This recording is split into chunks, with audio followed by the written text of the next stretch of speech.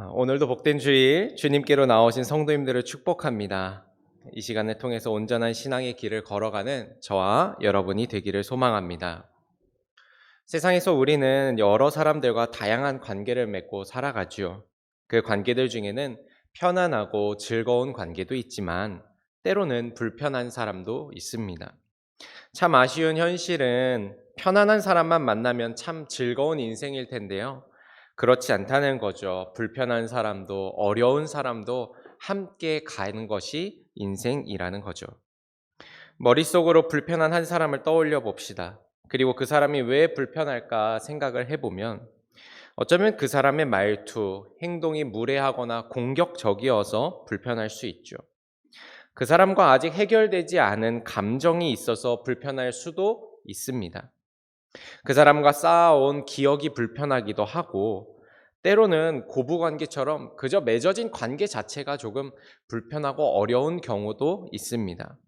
그리고 드문 경우에는 그 사람이 나의 감추어진 것을 자꾸만 드러내는 사람이어서 불편한 경우도 있습니다. 얼마 전부터 계속해서 드는 마음이 하나 있었는데요. 정장을 한번 할까 하는 마음이었습니다. 검정색 정장이 없어서 장례 때마다 자켓과 바지를 그냥 색깔만 검정색으로 맞춰 입었는데 자켓이 너무 오래되기도 해서 하나 장만할까 고민하고 있던 차였습니다. 감사하게도 이번 주에 하나님이 제 고민을 해결해 주셨는데요. 한 성도님의 헌신을 통해서 정장을 한 벌 맞출 수 있게 된 겁니다. 조금 부담이 되시지 않을까 싶어서 우려 섞인 말씀도 드렸는데 너무 기쁜 마음으로 섬겨주셔서 이번 주에 가서 치수를 재고 오게 되었습니다. 얼마나 감사하고 행복했는지 모릅니다. 모든 과정이 저에게 너무 큰 감사였었는데 한 가지가 딱 마음에 걸리는 게 있었습니다. 정장을 맞추는 게 불편한 게 아니라 치수를 재는 게 불편하더라고요. 이번 주에 기쁜 마음으로 가서 치수를 재는데 줄자로 제 허리를 탁 재면서 몇 인치 이러는데 마음에 헉 하는 마음이 탁 들었습니다. 가슴둘레 몇 인치 이러는데 어머나 하는 마음이 가슴에 탁 들었습니다. 그동안 눈을 감았던 저의 몸을 줄자로 재니 얼마나 그 시간이 어려웠는지요. 감추어진 것이 드러난다는 건 보고 싶지 않은 것을 봐야 한다는 것은요, 이처럼 조금은 어려운 일입니다. 오늘 우리가 읽은 야고보서의 본문은 이와 같은 의미로 우리를 불편하게 합니다. 오늘의 본문은 우리에게 있어서 좋지 않은 기억이 있는 본문이거나 쓰여진 표현이 무례해서 불편한 것이 아니지요. 오히려 이 본문이 우리가 보고 싶지 않았던 것을 보게 하고 감추고 싶었던 것을 드러내고 있어서 불편한 것입니다. 오늘 본문 야고보서 2장 14절에서 26절의 말씀에서 핵심적으로 우리가 보게 되는 말씀은 14절인데요. 내 형제들아 만일 사람이 믿음이 있노라 하고 행함이 없으면 무슨 유익이 있으리요? 그 믿음이 능히 자기를 구원하겠느냐? 어떤 이야기를 하고 있습니까? 우리의 믿음에는 그에 합당한 행함이 따라와야지만 된다는 겁니다. 행함이 없는 믿음은 유익이 없다는 이야기이지요. 심지어는 그런 믿음은 구원을 이루는 것에 있어서도 문제가 있을 수 있다는 겁니다. 이 이야기는 참 듣기가 어렵습니다. 왜냐하면 많은 그리스도인들은 하나님의 값없이 주시는 은혜라는 말에 더 감동을 받기 때문입니다. 우리의 아무 공로 없어도 예수님의 십자가로 얻는 구원, 믿기만 하면 주어지는 구원이라는 말을 더 좋아하기 때문에 그렇습니다. 사실 그렇기도 하고 말입니다. 우리는 그 십자가의 은혜로 구원을 받지요. 그런데 오늘 사도 야고보가 예상치 못한 이야기를 하는 거예요. 행함이 없는 믿음은 그 자체가 죽은 것이다 라고 이야기를 합니다. 17절에는 이와 같이 행함이 없는 믿음은 그 자체가 죽은 것이라. 사도 야고보가 하는 이야기는 무엇입니까? 하나님의 값없이 주시는 구원의 은혜를 믿는 자는 삶으로 행함으로 나타나야 된다는 겁니다. 이것은 나타나면 좋은 것, 좋은 수준의 것이 아니라 당연하고 합당하고 마땅히 나타나야만 합니다라는 이야기를 하고 있는 거죠. 그래서 이 이야기가 어렵습니다. 조금 불편하기도 합니다. 왜냐하면 언제나 그렇듯이 변화는 쉽지 않기 때문이지요. 삶을 바꾸는 것은 결코 쉽지 않습니다. 내 믿음이 있는 그대로, 그냥 마음에 내 가슴에 품고 있는 그대로 완전하면 참 좋겠는데 그렇지 않으니 마음의 부담이 되지요. 그러나 성도 여러분, 온전한 신앙의 길 위에 선 우리는 이 일을 기쁨과 감사로 받아들여야 할 줄로 믿습니다. 불편한 설교, 부담스러운 말씀, 마음에 짐이 되는 메시지는 우리를 더 높은 영성과 은혜의 삶으로 이끄시는 하나님의 초청인 줄로 믿습니다. 그 초청에 응답하는 우리가 됩시다. 그렇다면 오늘 야고보서를 통해서 하나님이 하고자 하시는 말씀은 무엇인가? 이 시간 함께 세 가지 이야기를 나누고자 하는데요. 첫째는 죽은 믿음, 둘째는 산 믿음, 마지막으로 죽은 믿음에서 산 믿음으로 변화되는 방법에 관한 이야기입니다. 첫째로 죽은 믿음이란 무엇인지 함께 말씀을 통해 살펴보겠습니다. 제가 충주에서 사역할 때 사택에 딸려있는 작은 텃밭이 있었습니다. 한번 여러분과 나누었던 것 같은데요. 그곳에서 몇 가지 작물을 길렀습니다. 처음에 오이고추, 가지, 깻잎, 상추, 방울토마토 이 정도를 사다가 이제 심었는데요.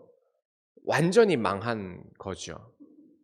왜냐하면 너무 일찍 심어서 다 얼어 죽었습니다. 하룻밤 만에 다 얼어 죽어서 다시 사다가 심어야만 했었습니다. 제가 이 일을 통해서 한 가지를 깨달았는데 농사의 핵심은 무엇인가? 이걸 깨달았습니다. 농사의 핵심은요, 열매에 있습니다. 100번, 1000번 잘 심는 건 소용이 없습니다. 물 잘 주고 온도 맞춰주는 거 다 소용이 없습니다. 농사를 했으면 거두는 게 있어야 기쁜 마음이 듭니다. 거두지 못한 씨앗은 완전해 보여도 가라지로 분류가 되고요. 열매가 없는 가지는 잘려져서 불쏘시개로 쓰이는 법입니다.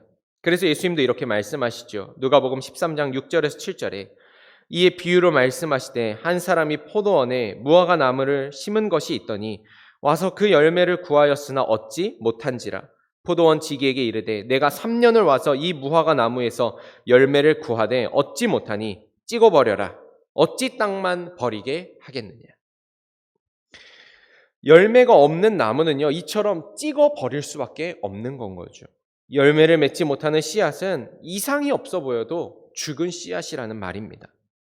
그리고 오늘 야고보서가 그 이야기를 하는데요. 우리가 가진 믿음이 이 행함이라고 하는 열매를 맺지 못하면 그건 죽은 믿음이라고 하는 이야기입니다. 우리는 이 이야기를 진지하게 들어야 합니다. 어쩌면 우리는 그동안 믿음이라고 하면 다 같은 믿음이라고 생각했는지 모릅니다. 물론 믿음에 있어서 수준의 차이는 있다라고 생각을 했지만 믿음 그 자체는 너나 나나 별로 다르지 않다라고 생각했을 수 있습니다. 그런데 그렇지 않다라는 거예요. 누군가의 믿음은 죽어 있어서 아무 열매를 맺지 못한다라는 겁니다. 믿음의 역사가 일어나지 않는 거죠. 다 같아 보이지만 같지 않다는 사실입니다. 우리는 이 말씀을 들으며 그동안 교회 안에서 감추어져 있던 우리의 믿음을 직시해야지 되죠. 사실 교회 안에 오면 다 비슷비슷한 믿음처럼 보이거든요. 그러나 우리는 이 말씀을 통해서 혹시 나의 믿음은 죽어 있지는 않은지 살펴보아야 합니다. 아무런 변화나 힘도 일으키지 못하는 그저 좋은 게 좋은 대로 있는 믿음은 아닌지 살펴보아야 되는 거죠. 그러면 보다 구체적으로 죽은 믿음은 어떤 모습을 가지고 있는가? 본문 15절에서 16절입니다. 만일 형제나 자매가 헐벗고 일용할 양식이 없는데 너희 중에 누구든지 그에게 이르되 평안히 가라, 덥게 하라, 배부르게 하라 하며 그 몸에 쓸 것을 주지 아니하면 무슨 유익이 있으리요? 어떤 누군가가 형제나 자매가 헐벗고 일용할 양식이 없는 상태를 발견하게 되었습니다. 제 생각으로 상상해 보건대 아마 이 사람은 딱한 표정을 짓고 안쓰러운 마음으로 그리고 따뜻한 목소리로 이 사람에게 다가가 위로하며 말했을 겁니다. 평안하십시오. 따뜻하게 하고 다니세요. 어디서 식사라도 좀 잘 챙겨 드세요. 그리고 이렇게 말하고 가는 거예요. 결국 그는 말로는 어려움에 처한 이를 챙겨주지만 그를 위한 특별한 제스처는 취하지 않았던 거죠. 그저 말로만 사랑을 말하고 말로만 위로하고 말로만 다가섰던 겁니다. 공경에 처한 이의 삶으로 들어가지 않고 그를 위한 어떤 작은 헌신도 하지 않았던 거지요. 이게 무엇을 말합니까? 죽은 믿음의 모습이라는 거죠. 죽은 믿음은요, 말로는 잘합니다. 그러나 삶이 말을 따라가지 못하는 거죠. 이게 특징입니다. 19절에서도 이와 같은 이야기를 나타내는데요. 내가 하나님은 한 분인 줄을 믿느냐? 잘하는도다. 귀신들도 믿고 떠느니라. 조금 과장돼서 표현하면 어떤 신자는 나는 하나님이 한 분이시고 전지전능하시며 나의 구원자가 되심을 믿습니다 라고 고백을 하는 거예요. 그런데 그거에 따른 행함이 없는 건 거죠. 하나님을 믿고 사는 사람의 모습이 그의 삶에서 드러나질 않습니다. 그를 바라보며 야고보가 뭐라 그러냐면 그래 잘하고 있습니다. 귀신들도 다 그렇게 말합니다 라고 이야기를 하는 겁니다. 그 고백이 귀신들이 하는 고백처럼 공허하고 아무 의미가 없는 말이다라는 것이죠. 다시 말해 죽은 믿음을 가진 자는 말로는 다 맞는 말을 한다는 거죠. 그가 하는 믿음의 고백은 믿음의 내용은 틀리다라는 게 아니라 다 맞는 이야기다라는 겁니다. 그런데 거기에 행함은 빠져 있다라는 거죠. 말로만 하는 사랑, 말로만 하는 믿음의 고백은 하나님이 보시기에 죽은 믿음입니다. 어떤 분들에게는 어쩌면 이 이야기가 찔림이 되시기도 하실 것입니다. 우리 스스로를 한번 돌아봅시다. 우리는 어쩌면 말로만 하는 신앙을 가지고 있는지도 모르죠. 말로는 참 믿음을 가졌고 말로는 은혜롭고 말로는 사랑이 넘치는 성도인지도 모릅니다. 그러나 우리가 꼭 기억해야 하는 것은 말로만 하는 것은 공허한 것입니다. 말로만 하는 것은 무의미한 것이죠. 말은 반드시 삶으로 나아가야 됩니다. 그래서요, 신앙이라는 것은 내 앞에서 증명되는 것이 아니라 내 뒤에서 증명이 되는 거죠. 내 앞에서 내가 하는 말로, 내가 하는 표정으로, 내가 보여주는 모습으로 나의 신앙이 드러나는 것이 아니라 내가 걸어가고 난 다음에, 내가 지나가고 난 이후에 남겨진 열매로 그 신앙은 증명됩니다. 성도 여러분, 혹시 나의 신앙이 그저 말뿐인 신앙은 아닙니까? 그저 말로만, 교회에서만 아름답고 멋지고 대단하고 따뜻한 신앙은 아닙니까?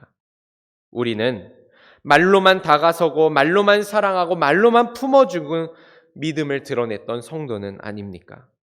이 시간 혹시 우리 모두가 내 믿음이 공허한 말로 가득한 죽은 믿음은 아니었는지 돌아보게 되기를 소망합니다.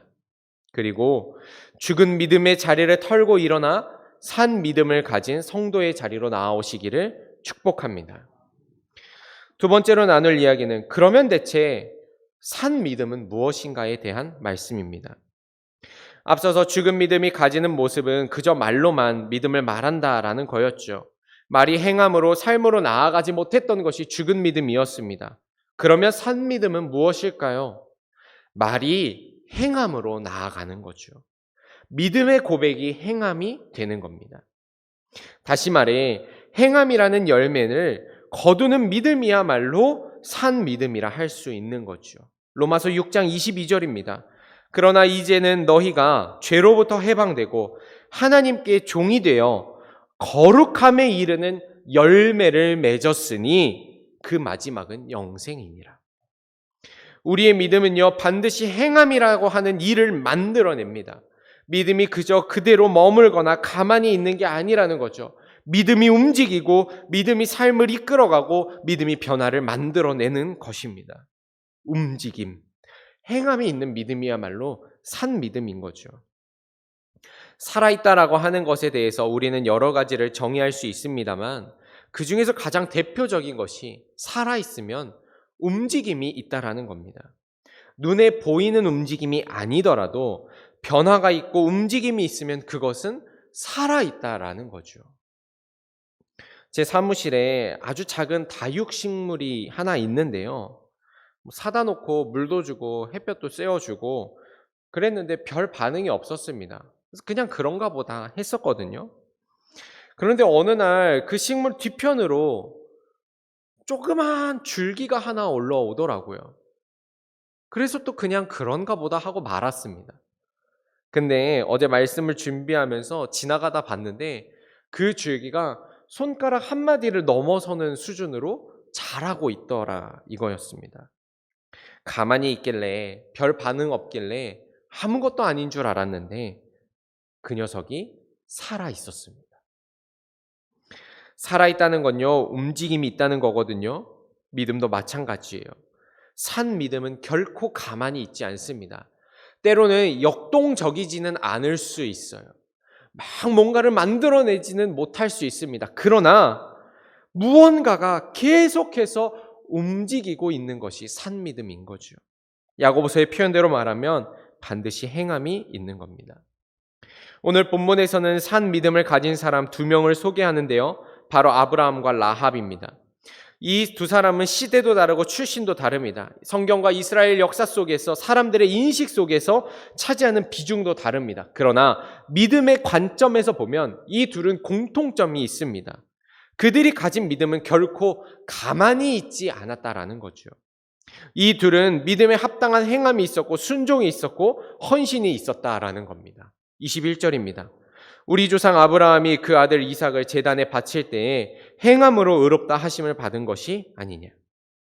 믿음의 조상이라 불리는 아브라함을 생각해 보십시오. 그의 일생은 참 믿음 없는 사람의 모습이었습니다. 그는 그랄 왕 아비멜렉이 두려워서 아내를 누이라고 속이질 않나, 자기에게 자녀가 없다고 여종 하갈을 데려와서 이스마엘을 낳지 않나, 일생토록 믿음 없는 모습을 보여주었습니다. 그러나 그가 삶의 마지막에 하나님이 주신 아들 이삭을 하나님께 바치는 행함을 보였을 때 우리는 그가 하나님을 진실로 경외하고 믿었음을 확신하게 되는 거죠. 아브라함의 믿음은 이삭을 바치는 순종이라고 하는 열매를 맺었던 겁니다. 그러면 두 번째로 나오는 기생 라합은 어떻습니까? 라합은 여리고성에 살던 기생이었습니다. 그녀는 어느 날 소식을 들어요. 히브리인들이라고 하는 종족이 있는데 이들을 하나님이 이끌고 계신다라는 이야기를 듣습니다. 그 이야기를 듣고 그녀는 하나님에 대한 믿음을 가지죠. 어느 날 자기네 성에 히브리 정탐꾼들이 들어왔다는 이야기를 듣고 그녀는 그들을 숨겨주고 보호해주게 됩니다. 생각해 보십시오. 정탐꾼입니다. 적군입니다. 여리고성 사람들 입장에서는 그들은 죽여야 하고 색출해야만 하는 거죠. 그런데 이 라합은 그들을 품어주고 보호해주는 겁니다. 위험한 일이에요. 다른 사람들에게 걸리면 자기 목숨을 내놓아야 합니다. 그런데도 그녀는 그렇게 하죠. 왜? 하나님을 믿기 때문이었습니다. 25절에 또 그와 같이 기생 라합이 사자들을 접대하여 다른 길로 나가게 할 때에 행함으로 의롭다 하심을 받은 것이 아니냐. 여러분, 우리는 기억해야 합니다. 산 믿음은 행함이 있는 믿음입니다. 공허한 말로만 하는 믿음이 아니라 내 몸으로 다가가고 만지는 것이죠. 때로는 내 창고를 열어서 다른 일을 대접할 수 있어야 합니다. 때로는 나에게 소중하고 너무도 사랑하는 것이지만 주님께 아브라함과 같이 내어드릴 수 있어야 합니다.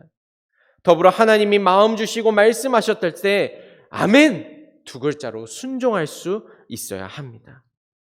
이 시간 우리의 믿음을 돌아보기를 소원합니다. 그리고 돌아보고 살펴본 나의 믿음과 신앙이 산 믿음이시기를 축복합니다. 마지막으로 나누고자 하는 말씀은 그러면 죽은 믿음에서 산 믿음으로 변화되는 방법은 무엇인가에 관한 이야기입니다. 오늘 말씀을 나누면서 여러분과 계속해서 행함과 열매를 연관 지었는데요. 이 열매를 맺는 방법에 대해서 예수님은 정말 중요한 이야기를 우리에게 전해주고 계시죠. 우리는 어떻게 말뿐인 신앙에서 행함이 있는 신앙, 산 믿음이 있는 신앙으로 나아갈 수 있을까? 성경이 우리에게 말하는 방법은 딱 하나입니다. 예수 그리스도. 요한복음 15장의 말씀이죠. 나는 포도나무요 너희는 가지라. 그가 내 안에 내가 그 안에 거하면 사람이 열매를 많이 맺나니 나를 떠나서는 너희가 아무것도 할 수 없음이라. 요한복음 15장 16절에는 너희가 나를 택한 것이 아니요 내가 너희를 택하여 세웠나니 이는 너희로 가서 열매를 맺게 하고 또 너희 열매가 항상 있게 하여 내 이름으로 아버지께 무엇을 구하든지 다 받게 하려 함이라. 어떻게 우리의 믿음은 살아있을 수 있으며 행함이라고 하는 열매를 맺을 수 있을까? 물론 우리의 의지도 필요하죠. 결단도 필요합니다. 노력도 해야죠. 계획도 세워야죠. 책도 읽으면 좋습니다. 프로그램이나 세미나에 참여하는 것도 너무 좋습니다. 그러나 그 모든 것은 진정한 방법은 아닙니다. 진정한 방법은 예수 그리스도입니다. 정말로 예수님입니다. 예수님을 더 사랑하는 것이 방법입니다. 예수님 안에 온전히 머무는 것이 방법입니다. 우리의 신앙은 여기서 시작해야 되는 거죠. 그저 말뿐인 신앙은 예수님 안에 머무는 신앙이 아닙니다. 왜 그렇습니까? 예수님은요, 몸으로 다가가셨기 때문에 그래요. 예수님은 말만 하지 않으셨습니다. 언제나 만지셨어요. 다가서셨어요. 손을 대셨습니다. 끌어안으셨습니다. 말 못하는 자의 입에 손을 넣으셨습니다. 눈을 만지셨고 가난한 자들을 위해서 제자들의 보따리를 직접 풀어내셨습니다. 예수님은 일어나 걸어가셨습니다.